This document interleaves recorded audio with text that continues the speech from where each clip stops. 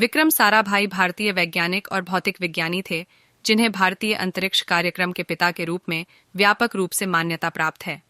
उनका जन्म 12 अगस्त 1919 को अहमदाबाद, गुजरात, भारत में हुआ था और उनका निधन 30 दिसंबर 1971 को हुआ।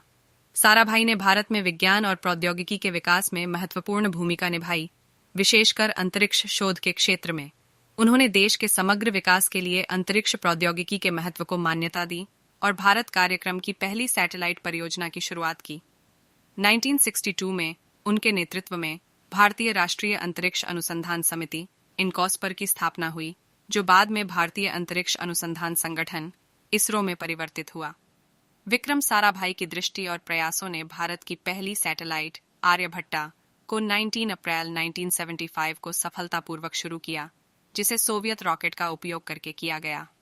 उन्होंने विभिन्न अनुसंधान संस्थानों जैसे कि physical research laboratory (PRL), Ahmedabad space application centre (SSE) और Ahmedabad textile industries research association (ATIRA) की स्थापना में महत्वपूर्ण योगदान दिया। अंतरिक्ष शोध के अलावा साराभाई ने भारत में वैज्ञानिक शिक्षा और अनुसंधान को बढ़ावा देने में भी महत्वपूर्ण भूमिका निभाई। उन्होंने भारतीय प्रबंध संस्थान (IIM) अहमदाबाद और नेहरू विकास फाउंडेशन की स्थापना में महत्वपूर्ण योगदान दिया। साराभाई ने समाज के उन्नयन और देश की सामाजिक आर्थिक समस्याओं के समाधान के लिए विज्ञान और प्रौद्योगिकी का उपयोग करने में गहरी विश्वास रखा। विक्रम साराभाई को उनके वैज्ञानिक और प्रौद्योगिकी में असाधारण योगदान के लिए कई सम्मान और पुरस्कार मिले। 1966 में उन्हें पद्म भूषण से सम्मानित किया गया, जो भारत के उच्चतम नागरिक पुरस्कारों में से एक है।